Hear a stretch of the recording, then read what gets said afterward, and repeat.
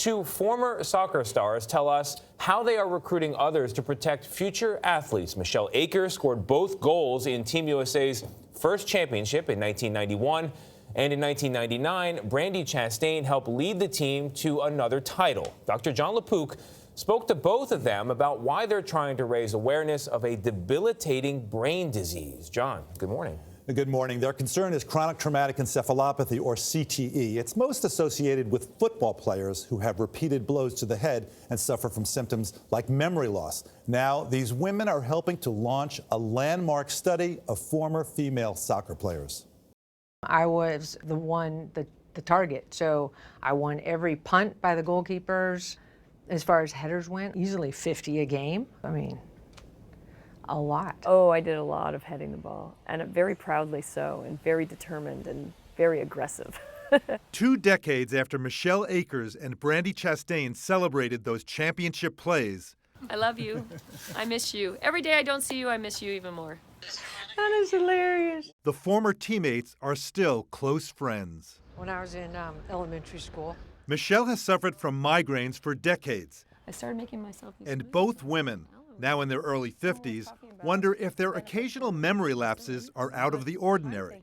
When you have those moments, what are you talking about? I can't remember some details of a place we went or somebody's last name, but then my friends seem to reassure me that they too are experiencing that as people in my age group, so I'm thinking, okay, maybe I'm all right. One of the difficulties is how do you determine what's not normal and what is? That's why you're participating in this Yes. study. What's just part of normal aging and a senior moment, so-called, Yeah. and what's a problem? Or what is just Michelle?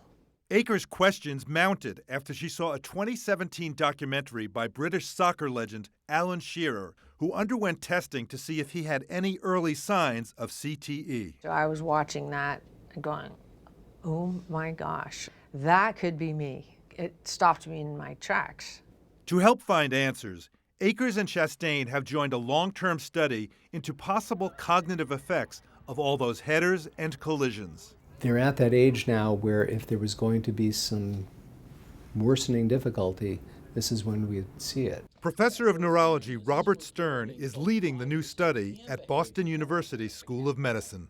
But what we're concerned about for CTE are all of those subtler repeated hits that we refer to as subconcussive trauma. So this protein goes awry in CTE. The study will follow 20 former high-level female soccer players, 40 or older.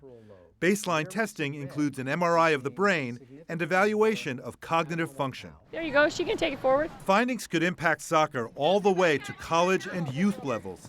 I am concerned that this game played by hundreds of millions across the globe might be played in a way right now that could lead to later life brain disease.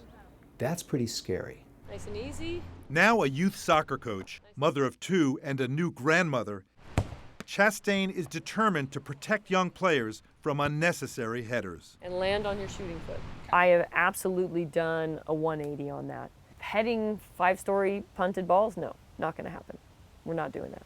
While raising her 14-year-old son, Cody, and cheering on the next generation of soccer superstars, Michelle Akers is wondering about her own future.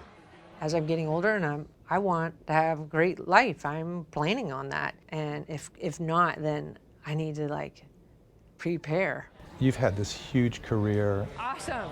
And you're at a point now where you're thinking, oh, maybe it damaged me in some way. Yeah. Knowing everything you know, would you do it again? I would not be heading a million balls like that. There's no way on earth I would do that again. FIFA, the World Soccer Federation, says it is actively studying and monitoring player health, saying, to our very best knowledge, there is currently no true evidence of the negative effect of heading or other subconcussive blows. However, Robert Stern told me about MRI studies that showed subtle brain damage linked to repetitive heading. Wow. 50 headers a game. I didn't realize it was that many. That's a lot. That's a ton. I thought Michelle raised a good question. I think a lot of people have instances where they walk into a room and they forget something, Yeah, or they sure. can't recall somebody's name. How do you know the difference between, Houston, we have a problem, and it's just no big deal? Yeah, that's the big question, Gayle, right? I mean, Right now, this diagnosis can only be made definitively at autopsy, and both players have said in a separate study they're going to donate their brains. But you're exactly right. That's the point. I've had times I can't remember names. I've called my sons Ash, which is the name of my dog. Yeah. Okay, so we all have that, and their point of the study is: can you do blood tests? Can you do cerebral spinal fluid analysis? Can you do scanning? That's going to help you get an answer. What's your son's name? Noah and Daniel. Okay, good. The study's going to take a long time, but is there something we know and can say now for youth soccer? For youth soccer, all Michelle and Brandi and Bob all said the same things, which is, they want people to go out and do exercise. It's healthy, but there are questions. The most important part when you have a problem is first saying, there's a question, let's try to answer it. That's the point of this study. Can I say it was great to see both of them? It was. It really I was. remember them both. They're such good pals. Yes, they're in it's such good a good, to see them seem both. to be in a good looking place. great. All right, John, thanks so much. See more of John's interviews with Akers and Chastain tonight on the CBS Evening News. And for Brandi Chastain's tips on soccer safety, go to our website. That's cbsthismorning.com.